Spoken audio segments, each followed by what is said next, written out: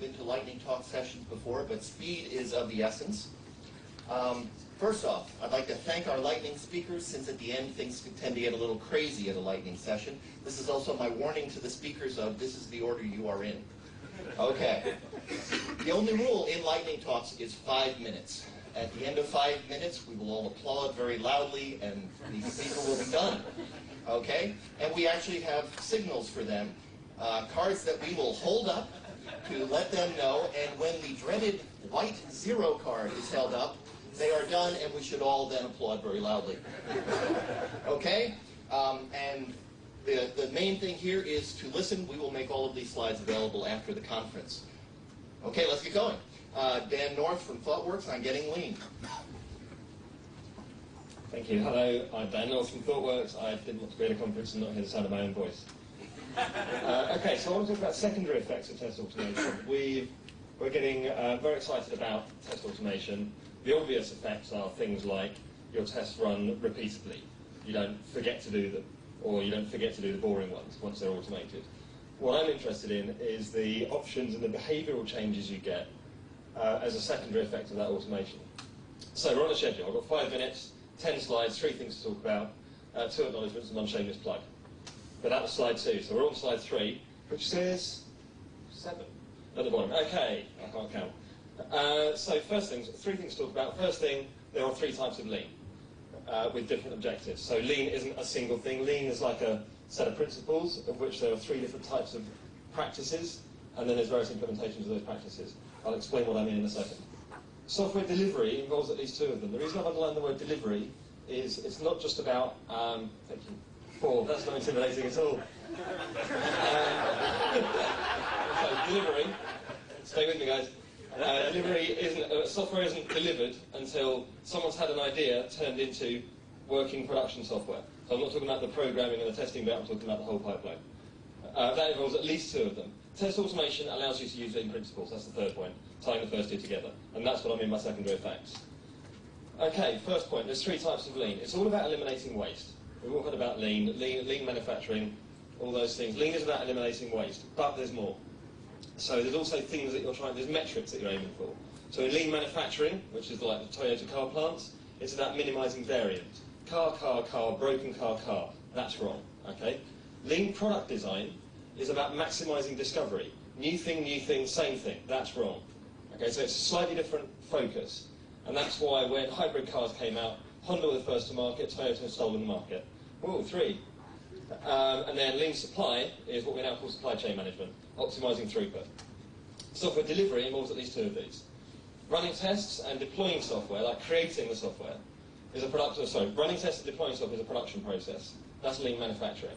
Writing software, actually creating it and defining the test, is a creative process. That sounds like lean product design. There's actually a whole bunch of work around trying to make that manufacturing, and that's a bit broken. I'll come back to lean supply in a minute, or 30 seconds. So, what are the primary effects of test automation? It's quicker, it's less boring, TM. Your smart testers can get on with smart testing, we like that, all the exploratory stuff. Secondary effects of test automation, regression testing is automated. Every test you write is immediately a regression test because you can rerun it. Changes can be verified faster. I go from changing, checking in the code, running automated tests, hooray, I know whether it worked or not.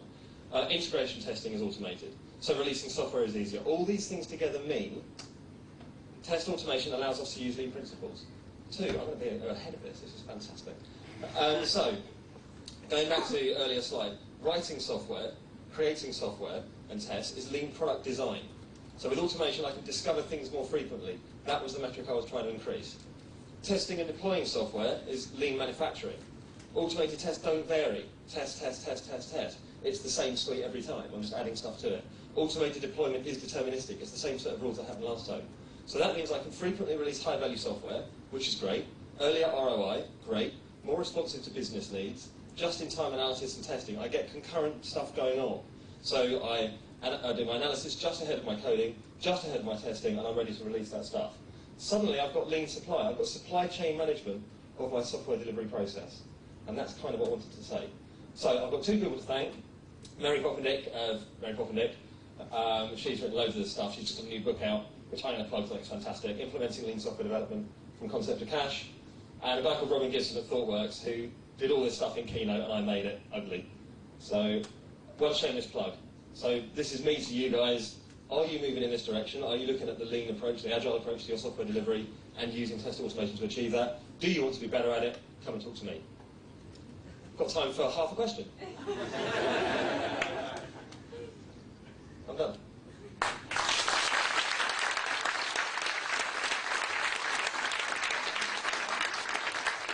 Okay, fabulous. Just as with most lean deliveries, it came in ahead of schedule. Okay, so now we have the JMOC twins, Steve Freeman and Matt Pryce, who will be doing JMOC 1 and 2, and they actually have a schedule of JMOC 1 done by 5 minutes, right? Okay, great, thank you. Okay. JMOC, so one of the things, the point about mock object testing is that we think that the most important, the thing that's interesting about the way objects talk to each other is the messages they pass, rather than the state that results from that. Objects get services from their neighbours. What's interesting is what they need from the neighbours and how they talk to them. So what we've got here, I haven't got any pointers. So what we've got here is that the example we're going to use is like an option site, and we've got a sniper which gets told about new bids and decides whether to raise another bid. Here's our test. It calls the bid accepted method on the sniper, and the sniper may bid on the lot, or and things may fail, and it can tell the listener. But what's interesting is, or what's relevant, is that these are interfaces. This is all we care about from the point of view of the sniper. And in the test, we use mock implementations of the lot, the listener. And we use the whole point about test-driven is to drive out these relationships and to discover the objects and the interfaces that we haven't seen yet. So here's some code. Maybe I'll walk on this side. This is what JMOC looks like in practice. And here's our option sniper. And we pass in all the bits, all the neighbouring objects that we think are relevant. Either in the constructor, we do a lot of sort of constructor injection, or through the actual call. And there's a little bit of noise left over, like we've still got this .proxy thing, but in practice, we create our mocks up here, pass them in, and then what we do is we specify what we think is important about the way the sniper is going to talk to the lot. So we say that, in this case, the lot expects once that it's going to call the method bid with something that's equal to this value. And we can do other things. We can say, we have a whole bunch of extra conditions. We can say maybe it's the same object. We can say sometimes when the method is called, it will do something. It will throw an exception or return a value. And sometimes the interactions aren't important for the test. They're not relevant, but we need them to get through. So we have a stubs clause as well. I'll cover everything. And this is the notion again that we saw in Tom and the language talk yesterday, is this notion of building up an embedded language in Java, which is where we put a lot of time onto this over the years. Good, I think it's going to make it. Right, so here's an example. And one of the things we're very, very keen on is we've got this fantastic IDE, so let's use it. And we use sort of like chained interfaces, so that when you actually do the completion thing, you get just the bit that's relevant.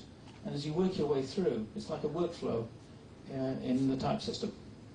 And that's worked out quite nicely. So a lot of argument to get that stable. The other thing we put a lot of effort into was the error reporting. It's very important to get good error reporting, especially as if you don't do that, it's very hard to tell what actually happened or what went wrong.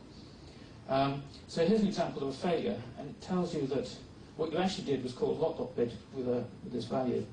But what you expected was to call once bid with something like that. And what you get is the list of things that you could possibly have that were allowed in this test. The other thing that's really nice about unit testing with mock objects when you get a failure is that you get the stack trace, because the error usually happens at the time that you make the bad call. which is really nice because you can trap it in the debugger, have a poke around, see what's going on in the environment. And I'm ahead.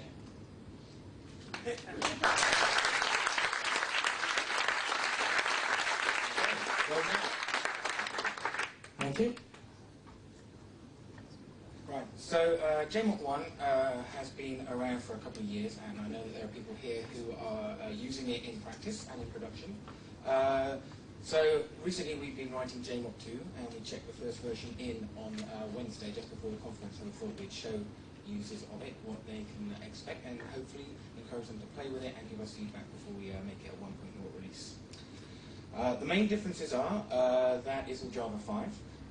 You don't have to extend any particular test case. The JMOC library is now independent of any test framework.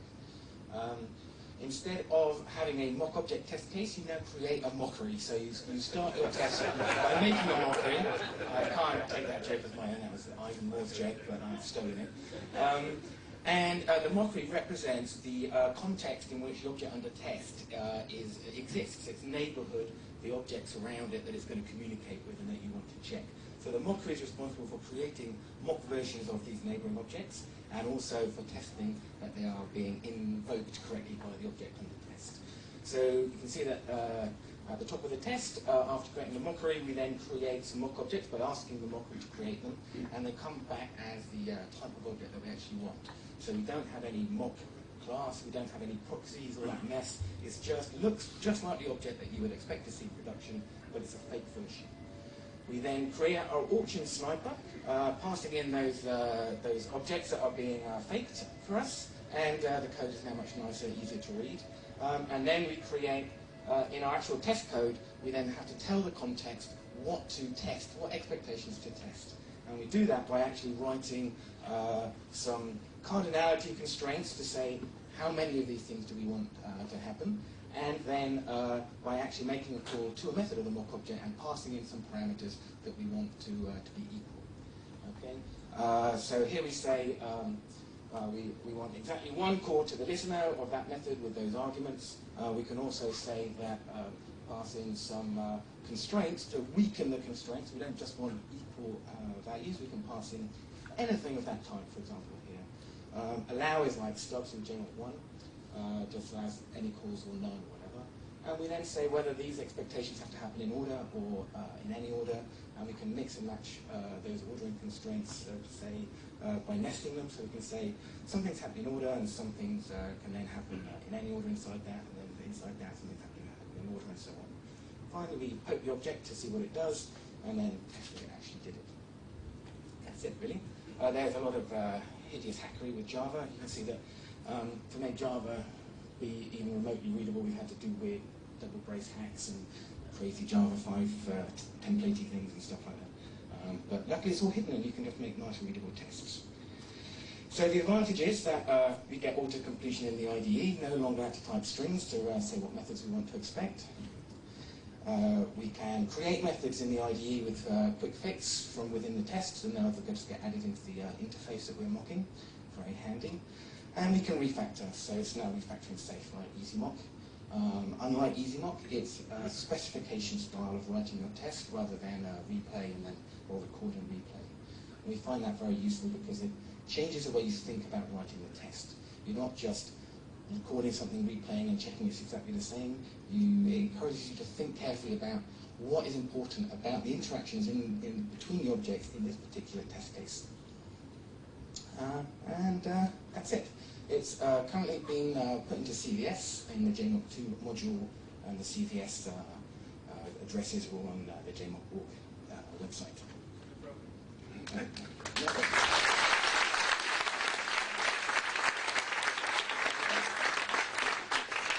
Okay, and Christine Newman from Progressive Insurance.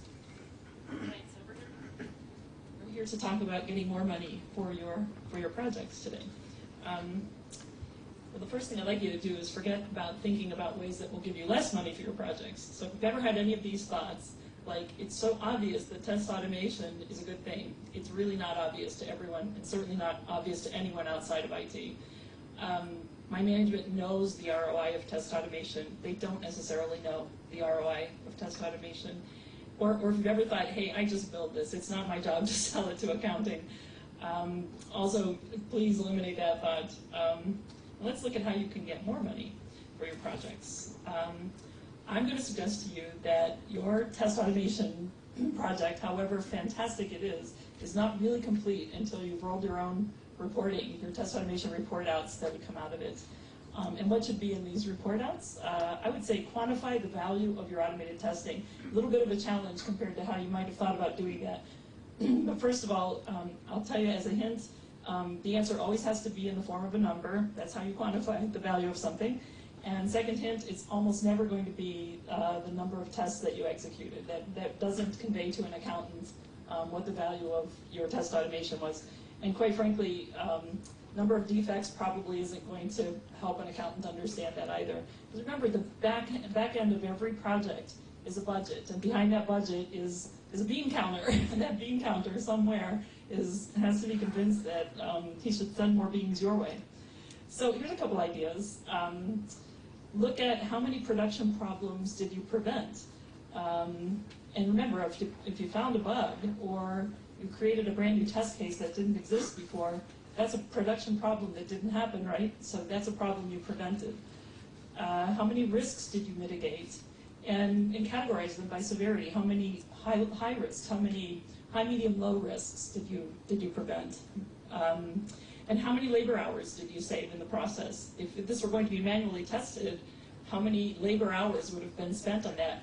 And given an average billing rate, that's a pretty easy number to come up with in terms of dollars saved. And then what percentage of did you increase your coverage by, your test coverage by?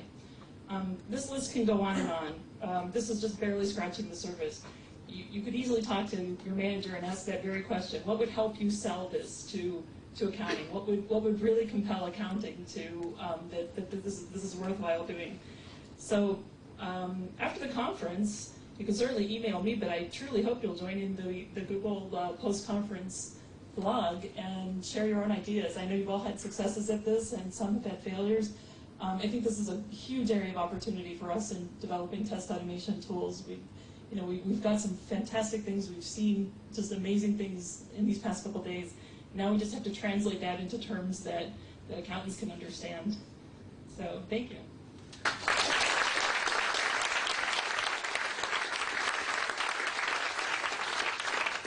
Okay, Andrin, with the man who has really taught me what PowerPoint is about. So, as you said, I'm Andrin. I am in Alan's team. I work at Google. I'm doing an internship at the moment. And when I first started my internship, a number struck me. Alan came to me and said, we have a problem. That's my only slide. 8,500 different user agents. And we have no idea what they're capable of and what they're not capable of. So we have a tool called the transcoder. You can take your mobile phone out, do a Google search, and if you click on a result, it shows you the website, and it's optimized for your phone. So let's make an example. We take a 4 square feet website like CNN.com, and we want to put it on a 1 square inch display. That's kind of hard if you don't know what you can show on this display. Does this display show JPEG images? Is this display even maybe capable of showing some JavaScript? So the big thing is you want to build a database where you store all the capabilities of all these mobile user agents. So there is a thing called Wurfel out there, and Wurfel has all these capabilities stored by user agent. The problem with Wurfel is an open source project. Everybody can contribute to it, and because of that, the quality is not very high. Plus, not everything we want to know is defined in Wurfel. So some dude says, okay, this capability goes in there, and this capability does not go in there. So we wanted to extend Wurfel and make it more accurate and better, so it actually contains the stuff we want. In order to do that, we create a few test sources to get input and see what's better data and collect data. I'm going to present you around 5 input sources. They're from manual to fully automated. most of the time you cannot fully automate the whole thing because you have no ability to control the phone remotely. So what you do is you want to write a framework which is really easy to extend with new test cases, and the framework should be really simple. So you want to do a website and you just want to have questions on it answered with yes and no. So for example, can you see the screen circle? Yes, no. If the user answers yes, I know he supports JPEG. The problem with that is you want to have that in all available markups. So in WML, HTML, XHTML, CHTML, you name them. So you want to have an output wrapper that automatically detects what the phone can show, which markups, and print everything out in that abstraction layer. Plus you have different languages, so you really, really want to do that. Once you've done that, you also want to take care of automatically store everything, so you don't have like somebody saying, go to this website and give me feedback by email because collecting that's crap. So this is one way of gathering data. It's not very automated, so I'm going to continue. Once you have some data, and then you can apply some heuristics to your database. For example, we have a cutting-edge phone with a huge screen is able of showing cutting-edge video formats, and in the database it says it's not capable of showing JPEG. That's just not really, can't be true. So you want to go and check if it really doesn't do that and fix that.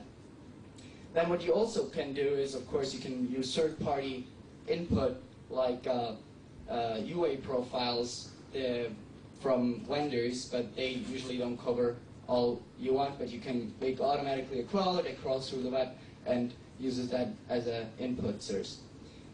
One of the most, or the coolest way to do that is actually, you can find a lot of things out by analyzing your log files. For example, you have no idea if your user agent supports HTTPS.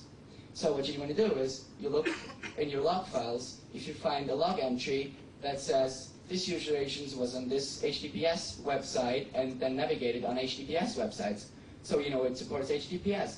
Or let's say this form only can be submitted via JavaScript, and if you see a user agent in your log files actually submitting stuff via this form, you know the user agent supports some JavaScript. And you can fully automate that. If you find a path through your websites, you just constantly analyze your log files, and you're all set.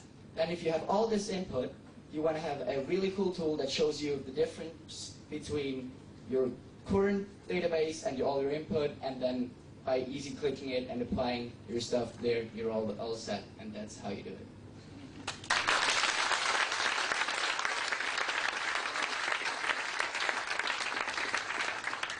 Okay, testing heresies. Ade, please. Hi, I'm Ade. I'm from some agile company you may have heard of. My talk's very short. It's basically 5 heresies in 5 minutes. We'll pause. Be shocked. Okay, so what we're basically going to do is we're going to talk about some things which are usually considered very, very bad. And I'm going to point out there are some circumstances where actually they're very, very good and actually quite valuable. So, take the, let's take them in random order because my cards have got randomized. Okay, so take the bottom one. Make the users test the system. That's horrible. I mean, what kind of company would put out software in beta, and make users test it? Yeah. So what I actually meant was that you go to your actual logs where people actually use your application, and there you have real people using your system with real input in real ways, and then you convert those logs into tests. So if your logs are domain meaningful, you can use them as the basis for a debugger session, for example. So you go, well, with these inputs, that stuff happens. Easy to put into your debugger if you set up your logs properly. It also means you can do performance tests from this, and it avoids the problem of why performance tests are realistic. It's based on real data, not a problem anymore. It also solves the whole problem of smoke tests or acceptance tests, where people have made stuff up but they're not as complicated as reality. That goes away completely. We've used this in a couple of places. Pryce in financial instruments, and a reporting system at a retail company you may have heard of called Dixon's. Okay, doing, random order again. Mutation testing. You may have heard of this. The basic idea is your tests stay the same. We have a little program that changes your actual code and runs your test. If I change the code but the test pass, then your tests are bad. Unfortunately, it's usually considered impractical and academic because it's computationally expensive. However, if you target the usage at the parts of your system that are high risk or are about to be refactored or bug prone, well, actually, mutation testing works. It's practical, it's easy. We tend to either use Ivan Moore's Jester tool, or, more likely, we use manual mutation testing, because it's quick, it's easy, it's cheap. Continuing on in completely random order. Mass reproduction. You'd have to be insane to do that. However, if you're doing a new release, how do you know it works in production? Well, we have this other system, it's sort of like production, but maybe, maybe not. However, if you were to use an actual test that runs in production, on production hardware with production systems, you know it works.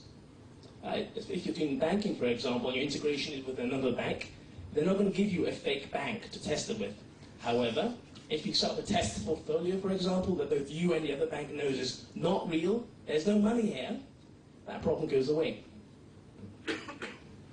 One more, test other people's code. Now that's like the first thing they teach you at TW University. Don't test other people's code, it's pointless. However, if you have a vendor that provides you with something like an RSS parser or a messaging system or a database, and they upgrade, they have a new version, they've broken stuff you depend on, if you don't have tests that ensure that it works, well, you're screwed, or worse, you're afraid to upgrade. And last but not least, static analysis works in the real world. Again, it's another obscure academic technique where you have something that runs over your code and tries to find problems. Again, people usually say, well, it gives you too many false positives, it doesn't work. However, nowadays it does. You can download things like Find Bugs or PyChecker, or the next version of IntelliJ will have a static analysis server inside it. And the point is, they find the kind of bugs that testing doesn't find. They find the kind of bugs that people don't find because they don't know they're bugs, like where you leak resources, and you people have to review code for hours on end. Or you run a tool over it and it says here, here, and here. And after it's told you there's a bug there, it becomes really obvious. The other thing that it can do is point out broken idioms. If you have a broken library, you upgrade, problem fixed. If you have a broken language idiom, you wait for everybody to find out about it. And not everybody who built the library to find out about it. So the classic one being, if you open a file in Java and print out every line, I guarantee that 99% of the people in this room, if they did that, would do it wrong. It's a broken idiom and we all do it the same way. Static analysis means somebody wants to find that broken idiom once, write a static analysis tool for it, problem solved. Well, except for the bit where you have to go through all your code and fix all the things that's told you're broken. And these are 5 heresies in 5 minutes.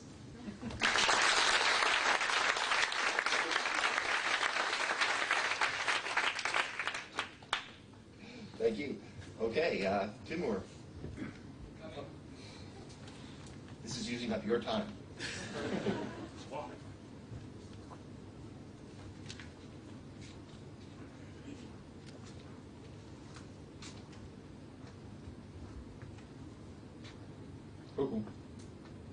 Hi, I'm Timur. I'm from Yandex, biggest Russian search engine.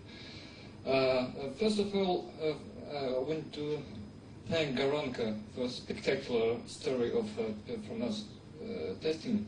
We do absolutely the same, except maybe cute graphs and presentation layer and so on and so on. But recently we discovered unexpected problem with that. Let me show. We was about to launch a new feature of our Moscow map. Show the traffic jams over the map.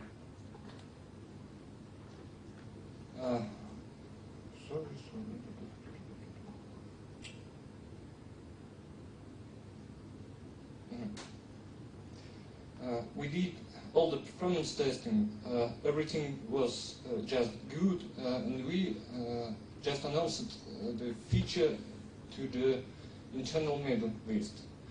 And within 5 minutes, we got a swarm of emails saying that project is working incredibly slowly. But our monitoring shows nothing, all the tests shows nothing. We started the investigation and discovered what happened.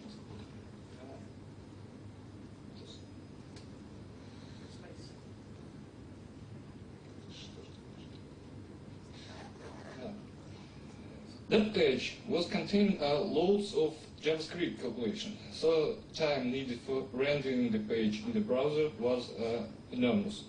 So JavaScript was promptly refactored to reduce the time, and the project was launched successfully. So for the summary, I can suggest measure not only the time between the moment when first byte of request has sent and the moment when last byte of answer was received, but at the time required to the all JavaScript rendering and all anything what happens inside the browser and the client side, especially if you are expecting users with old crappy computers. That is. Questions? Thank you.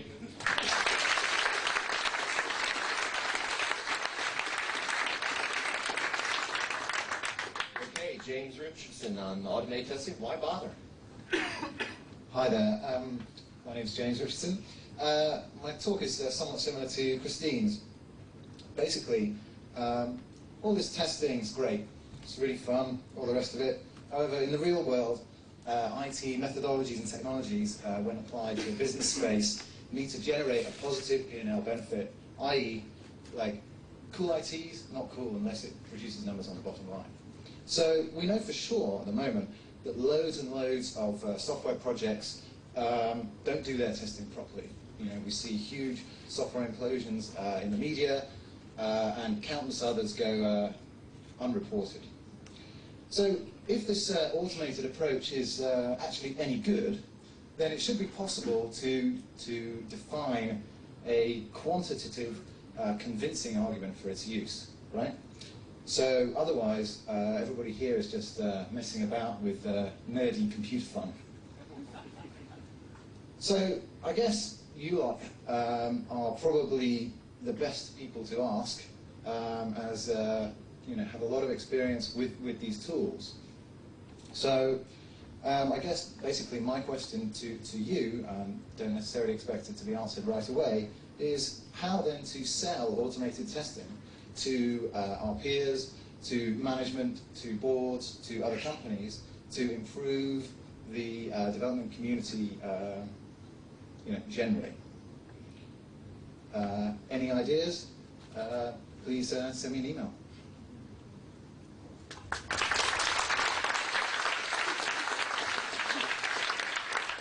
Excellent. Okay, James. My name is James Lyndsay. I'm a test strategist, which means that when it comes to doing things with testing that involve thinking about what you're going to plan and how you're going to plan it, sometimes I have something useful to say. Never mind. At this kind of conference, I'm confronted with a different group of people than I am in my normal line of work as a test strategist. Most of you guys can spell Perl. However, I can test for emergent behaviors, and we'll come to that in a moment. One of the problems that I see very strongly, that perhaps you guys, being able to see Perl, will see less strongly, and you may heckle, is that I believe strongly that some tests have to be manual. You may hiss and boo. Ooh, thank you.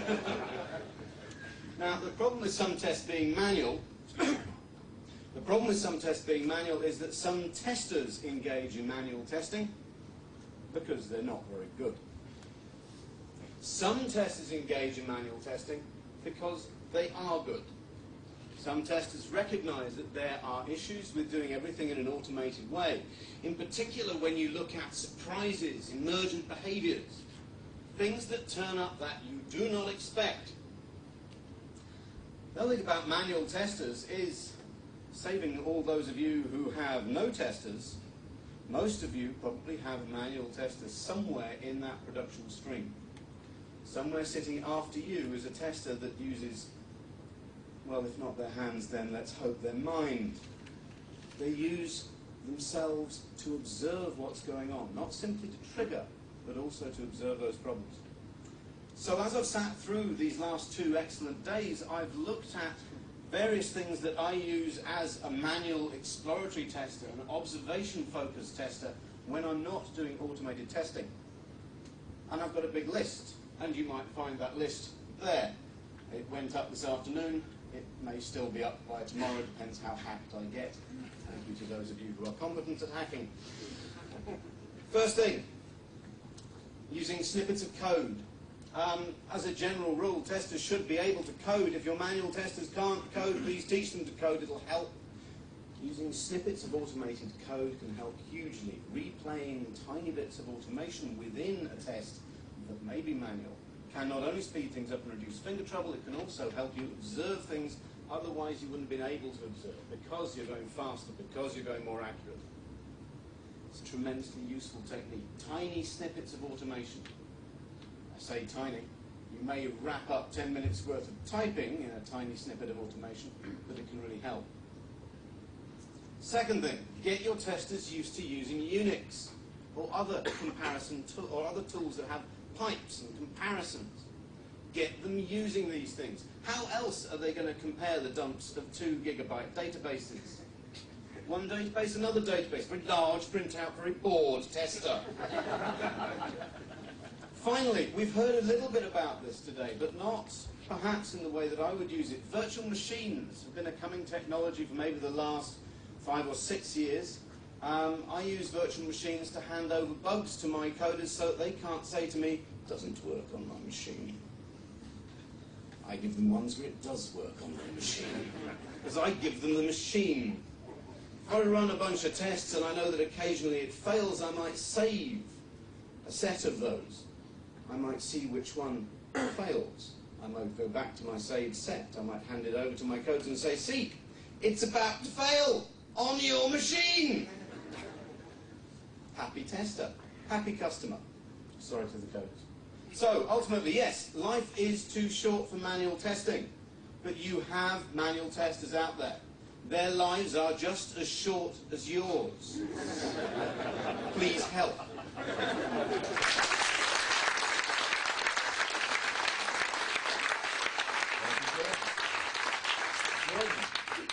Where'd you go? There, okay.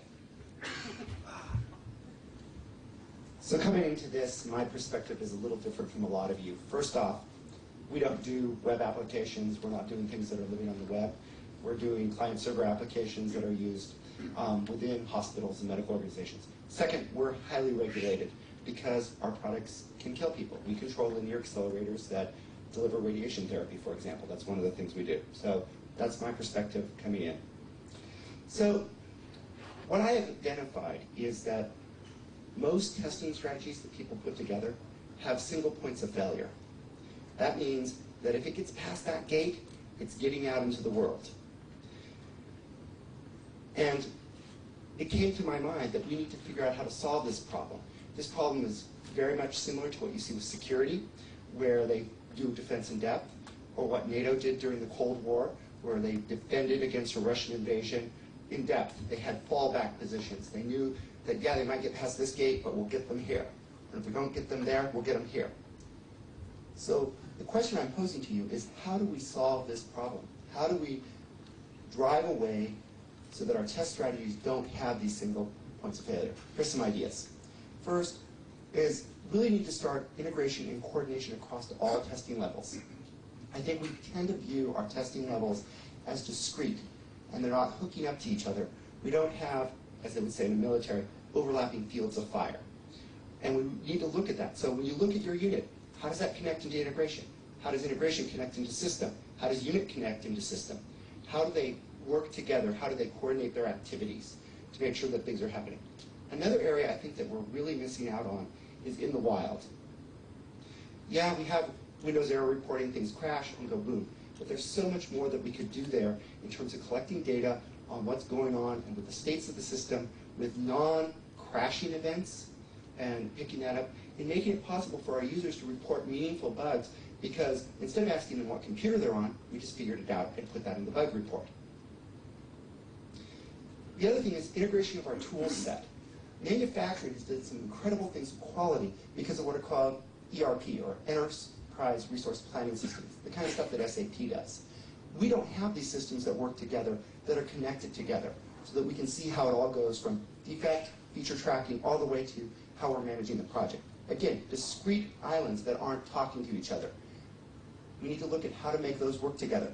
I think service-oriented architectures hold a lot of promise for that, but we need to start figuring out what are those services, what are the communication channels that we're going to put in. Finally, a bonus for you guys, a UI automation tool which actually works. I discovered this tool, it's called TestQuest. It is a very interesting tool. Its features are, it's non-intrusive, cross-platform, cross-device.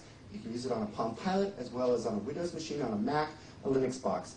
Localized testing will be supported, so you can run the same test, French, German, etc. It's easy to maintain. When I was at Adobe Systems, we had this implemented to do automated build tests for Photoshop, 3 versions of Photoshop, 2 platforms, 7 languages, every day. The build depot sealed up at midnight. We had to have the builds ready to go at 8 a.m. for the testers. And we did it, and at the end, it was taking a half an hour a day of a person's time to make it work. Fantastic tool. Check it out. Talk to me about it. Thank you very much.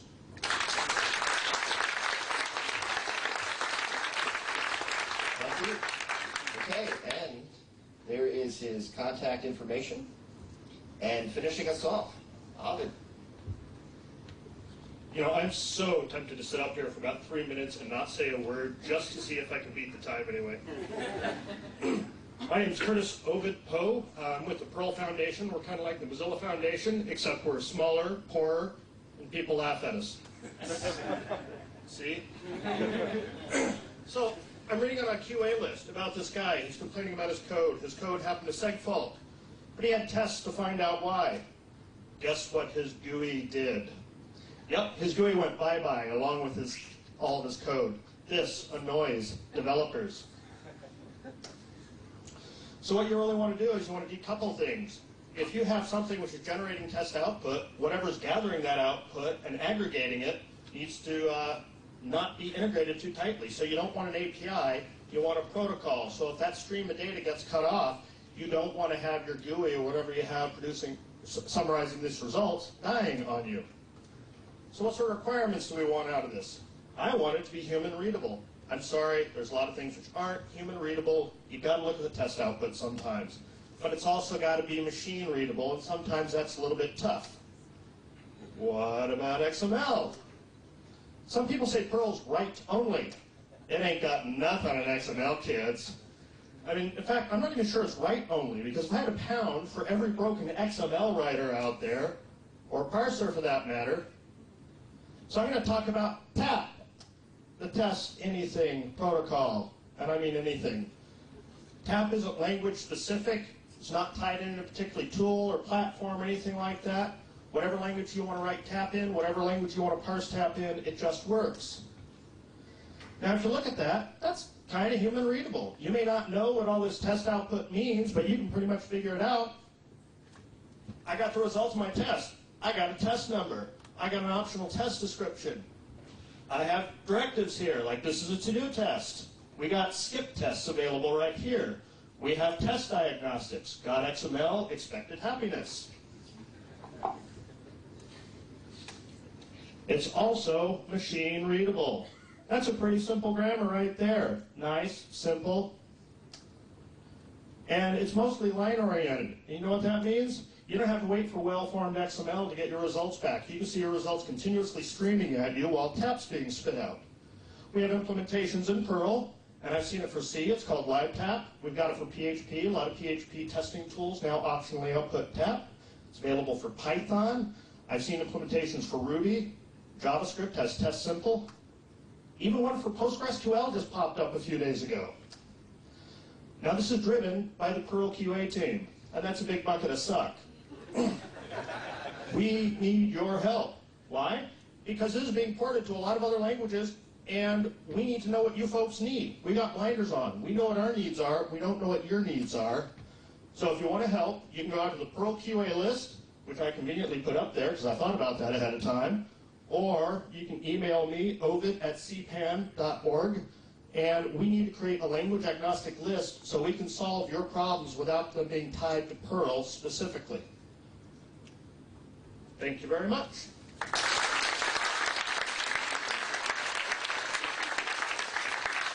Okay, that was impressive. By my calculation, you could have done another 20 slides.